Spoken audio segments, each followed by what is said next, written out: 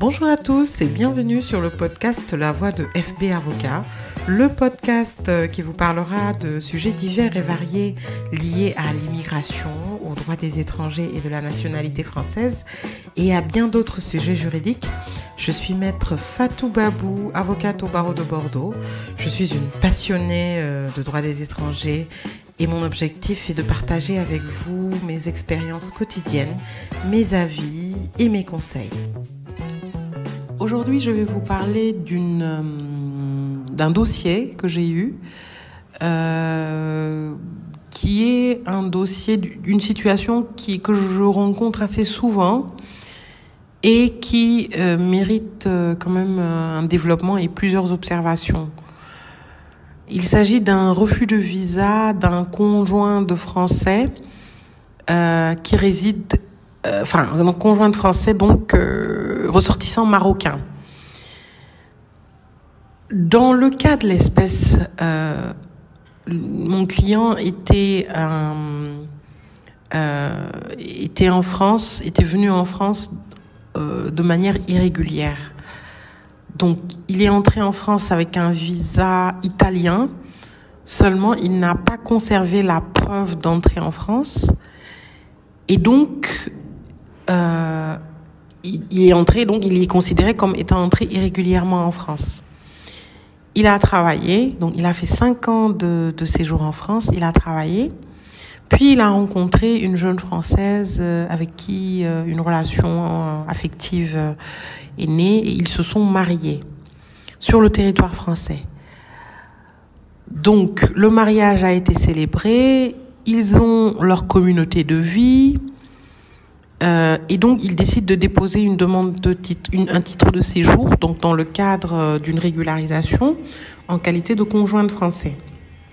Seulement, pour être régularisé en qualité de conjoint de Français, il faut remplir 3 conditions cumulatives. La première, il faut que le mariage soit célébré sur le territoire français. La deuxième, il faut avoir au moins 6 mois de communauté de vie. Et la troisième, il faut prouver son entrée régulière en France. Et vous le comprendrez, la grande difficulté, c'est qu'il ne pouvait pas finalement justifier de son entrée régulière en France parce qu'il n'avait conservé aucune preuve. Donc, cette demande s'est soldée par une obligation de quitter le territoire français. Une obligation que nous avons contestée devant le tribunal administratif compétent.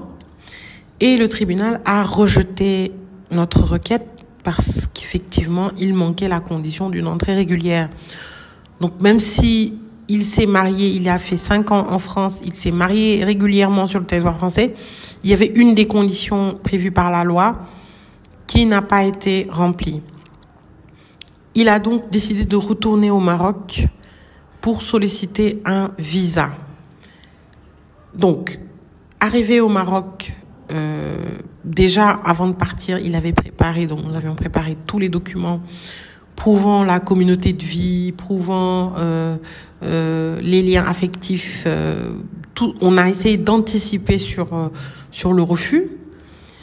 À Casablanca, il sollicite un visa, donc long séjour en qualité de conjoint de Français, sachant que le mariage a été célébré en France, sur le territoire français. Quelques semaines plus tard, il reçoit un refus de visa.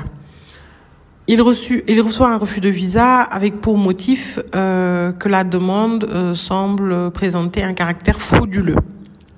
Effectivement, pour les conjoints de Français, le visa ne peut être refusé que pour suspicion de fraude. Pour fraude même, je dirais. Et donc, à partir de ce moment-là, a commencé un périple, vraiment une bataille. Donc, j'ai suivi tout au long des démarches mon client.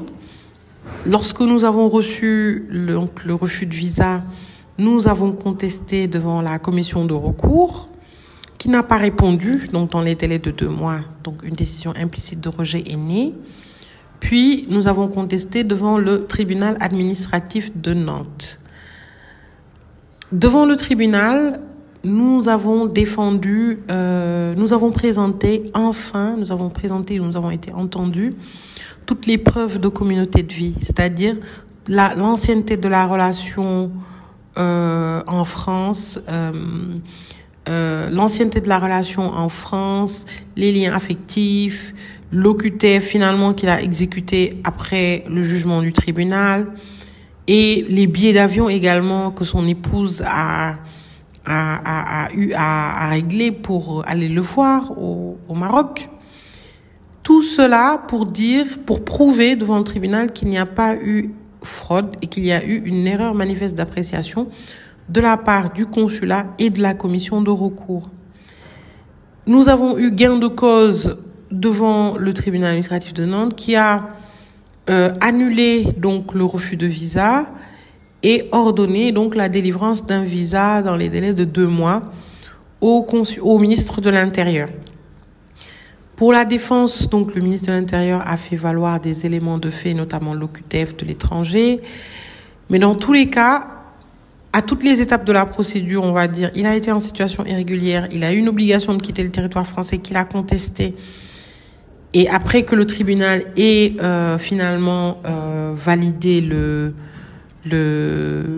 après que le tribunal ait validé l'OQTF, il a immédiatement exécuté. Donc, on a quand même fait ressortir la bonne foi de la personne, mais surtout ce qui a fait ce qui a fait gagner, je pense, le dossier, ce sont les liens affectifs du cabinet, c'est-à-dire les liens affectifs du couple, je dirais plutôt, du couple. C'est-à-dire les messages. Déjà, ils avaient beaucoup de documents à leur adresse commune, avis d'imposition, les factures, les assurances, la santé, beaucoup de documents qui, bien avant le mariage même, établissaient leurs liens affectifs et qui finalement ont permis pour lui d'obtenir un visa. Il a donc obtenu son visa et est venu s'installer donc régulièrement sur le territoire français. Merci de votre fidélité. C'était la voix de FB Avocat. À très bientôt pour de nouveaux épisodes. En attendant, suivez-nous sur les réseaux sociaux Facebook, LinkedIn, Instagram /FB Avocat.